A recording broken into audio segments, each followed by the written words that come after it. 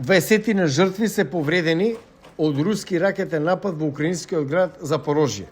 Украинскиот претседател Володимир Зеленски го потврди нападот на неговиот профил на Телеграм, повика на дополнителни санкции против Русија.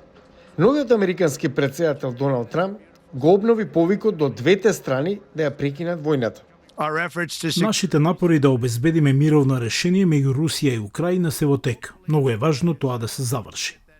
Трамп на својата платформа за социјални мрежи вистина напиша дека иако не сака да и наштети на Русија, таа мора да постигне мировен договор или да се соочи, цитира, со високи нивоа на даноци, тарифи и санкции за се што Русија им продава на Соединетите Американски држави.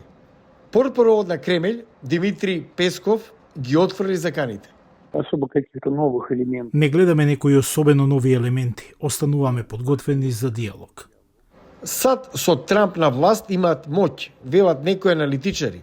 Тој би можел да продолжи да и дава оружје на Украина, би можел да ги искористи замрзнатите средства од $300 милиарди на Руската централна банка. Најдобрата предност што ја имаат САД е тоа што можат да продолжат да ги држат заедно своите европски сојузници и да се справуваат со Кина.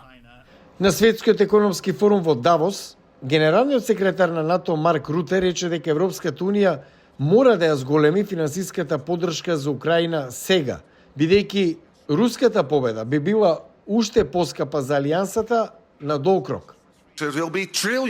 Тоа нема да биде милиарди, туку трилиони дополнителни, затоа што ако Украина загуби ќе се одрази врз остатокот од НАТО.